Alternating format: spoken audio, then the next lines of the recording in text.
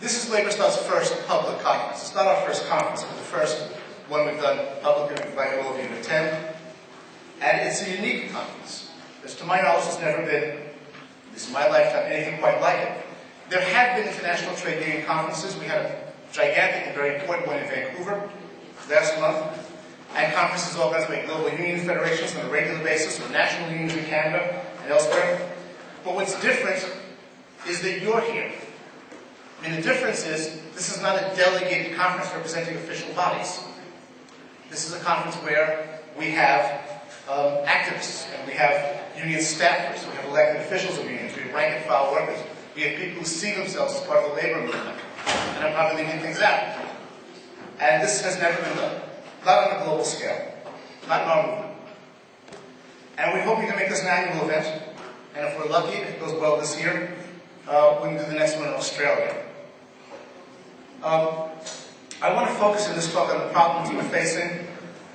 And the main problem we face, all of us in all our countries and all our unions, is we are a trade union movement that was forged in the 19th and 20th centuries. And it's finding it very difficult to cope with 21st century capitalism. I won't go into detail. You know it's a race to the bottom, and that union-free economies are thriving. If you want to buy Apple's coolest new devices, like the iPad or the iPhone 4, you have to buy it from a company which searches the planet for the cheapest sources of labor and deliberately chooses to invest in a country, China, which has a policy of zero tolerance for free and independent unions. The problem we have is that many of us, most of us, and our unions, still think in national terms about our communities and our countries. And we use slogans like, I live in the UK, British jobs for British workers. And you hear that, if you're not British, and you think, that's outrageous, that's so stupid, British jobs for British workers. And then you go to the US, and all the unions put up the banners, Buy American.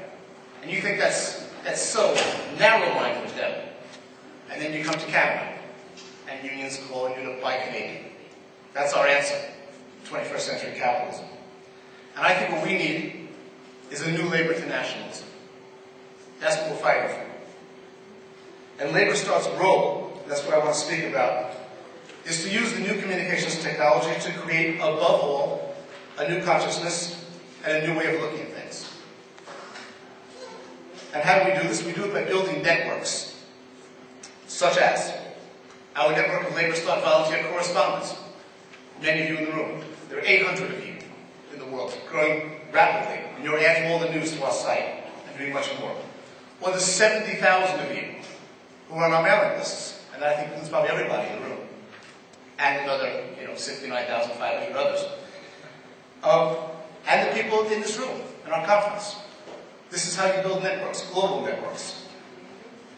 Our approach is consistently internationalist, meaning, among other things, we do not give one language priority over others. LabourStart runs in 24 languages, with more to come. We're very pleased that this month we launched for the first time LabourStart campaigns in Chinese. And Chinese workers are now able to participate in mainland China, Taiwan, and Hong Kong in our campaigns. And next week we'll be launching LabourStart's news edition in Serbia. And we'll be launching our campaigns in Korea soon, right? Yeah. Right. Now I called this talk on the agenda, LabourStart and the fight for new internationalism. And I think the word fight is appropriate because this is not an easy process. We're encountering resistance all the time. Resistance not only from the conservative, short-sighted trade union bureaucrats, which includes many of us, but resistance also from rank-and-file members of our unions.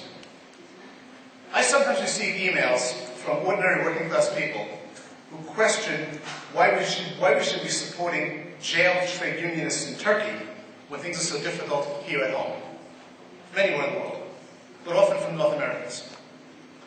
And we sometimes get emails from people who can't accept that regimes which are hostile to the US, such as Iran, might also be ruthless persecutors of trade unionists. Because that doesn't fit neatly into some people's worldviews, where there are good guys and bad guys, good countries and bad countries. We demonize some countries and refuse to see others as problems. We need to be consistent in our internationalism and to support workers wherever they struggle, and fight and languish in jails and walk the picket line. And that means that we support Palestinian workers, and also we support Israeli workers. And it means we support Iranian workers and also Iraqi workers, dealing with difficult regimes that do not respect their rights. And we're on the side of workers in Colombia and Mexico and Algeria and Burma and Turkey who are battling for the basic human right to join and form trade unions. We support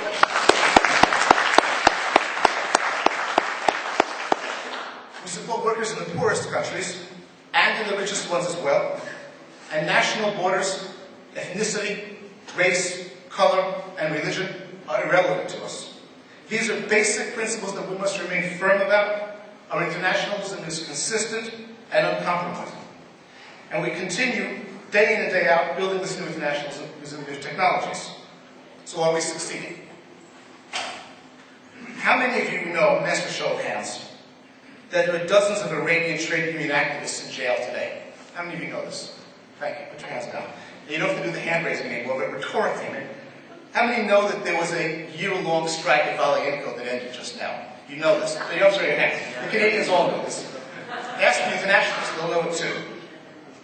How many of you would know that there's been a wave of worker suicides at the giant Foxconn factory in China where the Apple iPad is produced? You know these things. Yeah. And how many know about the 5 jailed trade union activists in Turkey and the International Campaign for Freedom? Many of you know this. And you know this because of our work online and that of others, particularly in the global union of federations, who have used the internet to spread the word in a way that would have been unthinkable 15 years ago or even 10 years ago. We are creating a new global trade union consciousness, not only with news and campaigns, but also with things like our Labour Video for Year, Labour Photo of the Year competitions, which were won by the Australian unions and by a photographer in Bangladesh. This is the whole point of what we are doing. Building networks, raising consciousness, waging campaigns. My friend Mark Belanger, happily has arrived, has always said that LabourStart is above all an educational project. Now Mark is an educator, so he would say that. He would. But it's also true. LabourStart does educate and work. We agitate and we mobilize and we build networks as we do here today in Hamilton. We're not techies or geeks, and we don't see ourselves that way. We're activists. That's how we define ourselves. And we're doing this project, because we're serious about changing the world. And in our view, changing the world starts with making unions more effective and more powerful. Thank you.